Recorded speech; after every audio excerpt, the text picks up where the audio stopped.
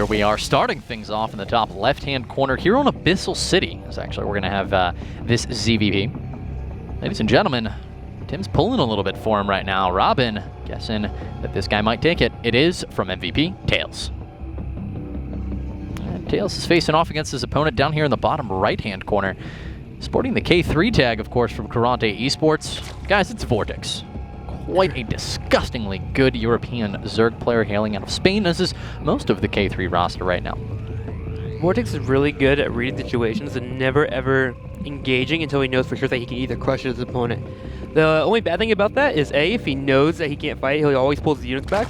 And so you can kind of read that as a player. You can say, you know what, he's pulling back. He doesn't have enough units here. I can get full on aggressive. If you ever research the player, you can know when and how you can attack into him. So something to note, and like I said, Tails here. Very strong 2-base player. Really loves to go for aggressive play. Loves the gateway play overall. Really assuming with this map at Abyssal City, he won't be going for that third. A lot of Protoss players, when they do, they just die. So I like the pick to have Tails come out on this map against Vortex. Now, I think it's really interesting that they decided to choose Vortex for this map. Conversely, you know, looking at Karont3. You look at Terran versus Protoss on this map, Terran has just been doing exceedingly well, as this third base is so far away, it's very difficult for Protoss to manage to take. Versus Zerg, it's a little bit tougher. Zergs haven't been doing too poorly on this map at all, but against Terran. But now you look at Zerg versus Protoss, and Zerg has been really struggling against those Protoss Immortal Sentry all-ins, which have just been exceedingly effective on Abyssal City. It's really kind of a, you know, it looks like perhaps Karont3 thought that MVP would open with a Terran, and MVP, you know, with the Protoss choice, maybe they were hoping they would open with Vortex, but they didn't expect that Karont3 would open with a Terran player. Well, we'll see what the plan is here for Tails. He has opened with the Nexus first, so it does actually put his probe in a weird position here. I wonder why he went for that. Oh, there we go. He's going to go ahead and pop up his next tech signature. But nonetheless, checking over into Vortex. Does he have any gas quite yet? No, it's actually fallen into his main and natural now popping up. Kind of often you might see a fast start on this map, but it's really hard to pull off. I like to see gas first before going into that third. Get that speed on the field. Because like he said, a lot of those Immortal Sentry pushes are actually pretty strong on this map. Warp Prism play in the middle of the map is quite strong as well. You see a lot of Warpins right in between those two Zelnagas. As long as Protoss can grab that first, and they're good to go. Yeah, definitely the case. Really, it's actually going for a really quick third. This is actually really, really quick for third. Normally, you see it like 4:30. This is 40 seconds earlier, and he's just simply just going to go ahead and drone up like crazy. May delay his gas a little bit here. He cut a couple of queens, actually, overall as well. So Vortex is trying to get the jump, if you will, on top of Tails here. Get a really quick third, have the economy start booming before Tails even finds out about it. Tails is going to be starting to mine off of these gases now, and Tails isn't going to find out about much. Tim, we take a look at his map vision, nothing. The furthest he's traveled at all was patrolling a probe back and forth at this perimeter here. Other than that, has not sent out a probe scout. Now, Vortex is unaware of this. Actually, Tails made it look like he did send out a probe scout. He finished, he dropped down the forge, I believe it was, and then started heading out. And Vortex saw this, he moved his Overlord up towards the high ground, and then Tails brought that probe back in. So we could actually see Vortex looking around in a minute or two, trying to find this probe, but hey, actually, he's going to get vision of this guy as he moves out on the map. Yeah, he doesn't seem very much frightened about it whatsoever. He didn't make any lanes. He made 2 on the field here, 1 for each Zelnaga. But yeah, you're right, that's a good read there. That sometimes we'll actually make players make, what, 6 to 8 more lanes just to look around for those pylons that could potentially be around the map. It's a nice little advantage there. It's 3 to 4 less drones that you have whenever you go for that natural or a third.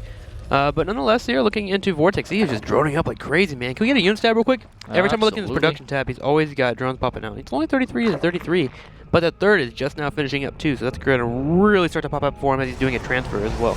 Yeah, and he's got 2 queens with the third about to pop out here. So he made sure that actually, look at the timing of this. This third just now completed. Queen's in position, 24, 25 energy. Now it throws down its creep tumor, and he's good to go. There it is, starting to spread that creep. Been seeing like crazy. I want to see over to Tails. What's his plan here, actually? Checking into the natural on the main. Okay, so he's got a 3rd and 4th gas. Very fast, actually. These were extremely fast 3rd and 4th gases.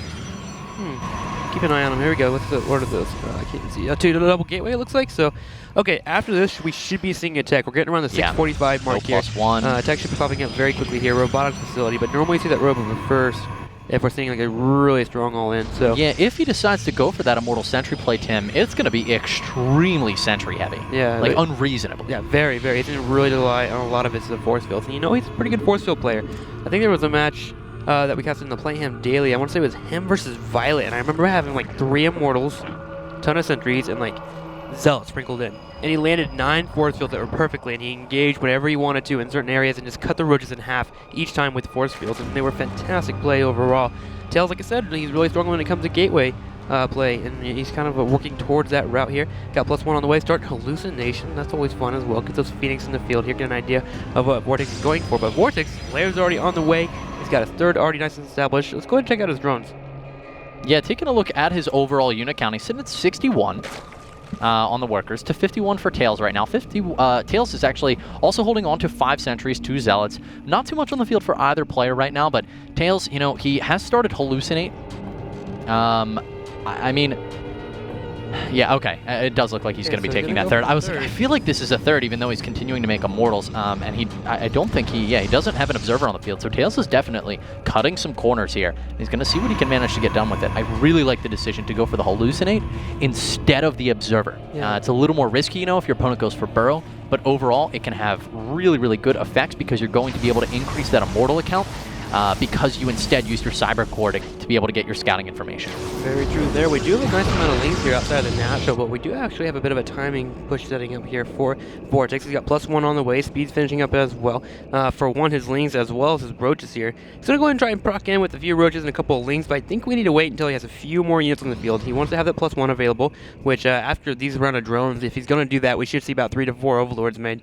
But here he's just kind of moving towards that third, but I don't really think he can do too much. He doesn't have that many units on the field. And Tails has an extra immortal out, essentially, because he didn't have to make that observer because he went for Hallucinate instead. And he's still managing to get his scouting information. He's seen the natural. It looks like they got cleaned up by the spore crawlers, but got a fair amount of information, especially being able to see this infestation pit. Well, here we go. Tails is actually moving out here, and this is just a bit of a tactic to push out and get that third established, and he has nothing with this third that he has to deal with in terms of aggression, but Roach is actually moving right away, and Tails, he's not even batting an eye here. He's just going to go ahead and start moving across the middle of the map and go for the natural in the main. Potentially, this could have been just a pure bait from him and say, you know what, if you're going to go for this all in on my third or whatever, I'll just go and go to your natural and kill you straight away. And there's nothing here for Vortex. Yeah, he's got a few queens and about 16 roaches about to pop out, but these sentries and immortals / a couple of stalkers will be right in the natural. He can force field this whole entire segue off and even go right into the main. I mean, this is so beautiful out of Tails right now because Vortex is actually moving to Infestor, but he doesn't have his units to support Infestor, so he can't make them. He can't afford to. Force Field's going to be cutting off all of these drones as they try to come and help with the fight, trying to mineral trick them through, but I don't think there's enough here for Tails, for Vortex rather. Vortex going to be counterattacking, trying to take out this Forge, but that's going to be no damage compared to what he is sustaining right now at home. This hatch rate is going down very quickly here, and there's enough sentries here to keep you up in force field, and after that, he'll look on the main. 3 photon cans haven't popped up in the natural. A force field is landed to cut those roaches off, but look at Tails here, just going straight into the main. Drones will die off immediately, and it looks like some roaches did get into the main here, but we actually have a robotic main finished up, so Colossus Tech can't come out, and Immortal has been chosen because there's only 3 or 4 roaches left, and that's all you really need. Full surround right now on the units of Tails. They are starting to take some serious damage, but you know, as the drones die off, there's not really much left over. No macro hatch, for instance, in the main, able to spit out additional roaches, and that's going to be it. Vortex being taken out by Tails. Well, that GG was certainly justified. At that point, it's really hard for you to do anything because you're going to lose your main, of course. You're going to lose that on that layer tech as well. Infestation Pit will be going down at the same time. You've lost a lot of drones there. We didn't even look at the workers killed count. Yeah. But the natural drones and the main drones, the majority of them were killed off, and that's effectively 75% of his economy. It was just down the drain. There's no way to come back from that, especially with his counterattack being cleaned up at the natural. Yeah. That's it. I loved the decision out of Tails there because he saw the roaches, he saw the Lynx going in for his third. He went, well, from here I can come home, and it's kind of messy, you know, because I had to turn around.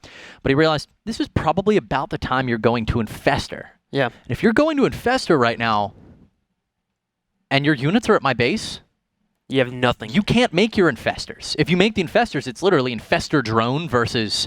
No, you got to make roaches. You have to make Lynx. And so he forced them into these weak units. And, I mean, Tails was just able to clean it up from there. It was a really, really smart counterattack. Yeah, very true there. So, with that being said, guys, it looks like Tails will be moving forward. We'll be going into game number 2 very soon here. Actually, who do we have set up for game number 2? They've got LOL versus XD coming out. So we actually are going to have another Zerg player here facing off versus Tails. And I'm a little surprised by that, as you were talking about earlier, and I couldn't agree with you more. I mean, I remember Tails versus Stefano. It was vicious. Yeah. Stefano actually won that set, but Tails is a very good player versus Zerg. Well, we'll be right back after a commercial if I can get words out. Guys, we'll be right back in a few seconds.